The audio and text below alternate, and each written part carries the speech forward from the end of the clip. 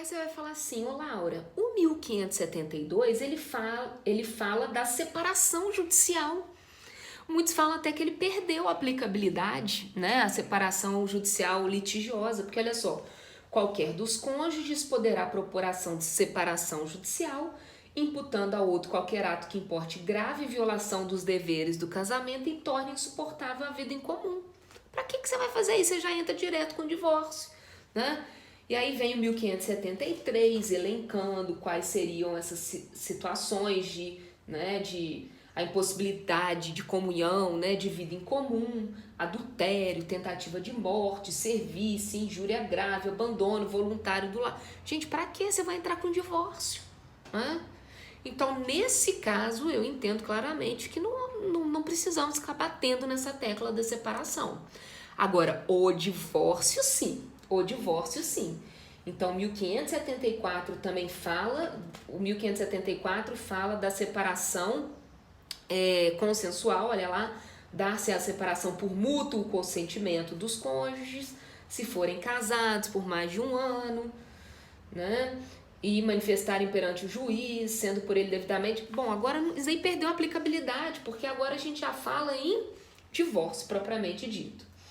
Aí, ó, 1575 fala de separação, 1576 fala de separação, 1577 fala de separação, e aí tá vendo que não corta o vínculo?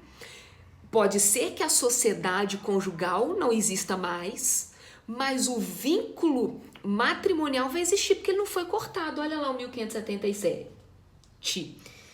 Seja qual for a causa da separação judicial e o modo como essa se faça, é lícito aos cônjuges reestabelecer a todo tempo a sociedade conjugal. Eles voltam, né, desse vínculo, porque ali o vínculo matrimonial ele nunca deixou de existir. Eles continuaram casados, ok? Diferentemente do divórcio. 1578 também fala de separação, olha só. Aí sim, aí a gente vem para o 1579, que fala do divórcio. Então, olha só, o divórcio não modificará os direitos e deveres dos pais em relação aos filhos, inclusive, né, o poder familiar continua o mesmo. Novo casamento de qualquer dos pais ou de ambos não poderá importar restrições aos direitos e deveres previstos nesse artigo, graças a Deus, né? Aí, olha lá o que traz o 1580, mas não é mais isso por conta da emenda constitucional 66. Decorrido um ano do trânsito em julgado da sentença que houver, né, decretada a separação judicial, não preciso mais disso, eu já posso entrar com o divórcio diretamente, ou da decisão concessiva de medida cautelar de separação de corpos, as partes poderão requerer a conversão em divórcio. Não precisa disso porque eu já posso entrar com divórcio, tá? Então, olha só.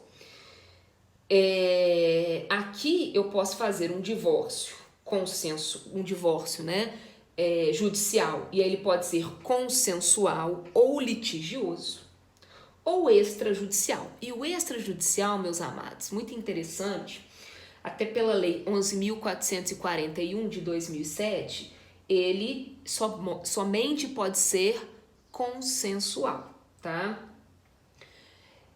É interessante aqui, e aí com o avanço de tudo isso, da legislação e tudo mais, estão falando de conceder o divórcio direto, tá?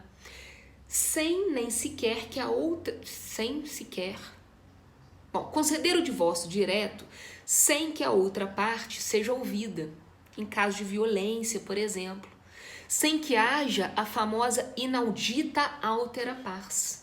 Eu vou colocar um texto sobre isso aqui para vocês, porque eu acho que é muito interessante vocês pensarem, inclusive vai ser o questionário, né? Vai ser a tarefa que vai valer aí, como é que se diz? A presença, tá? Vai ser essa pergunta dessa nova modalidade aí, que até em muitas doutrinas que vocês forem estudar, provavelmente vocês nem sequer vão ver, tá? Então, praticamente só tem mais 2 artigos. Olha lá, o 1581, O divórcio pode ser concedido sem que haja a prévia partilha de bens, depois isso lá vai ser resolvido. E o 1582, o pedido de divórcio somente competirá aos cônjuges, a legitimidade.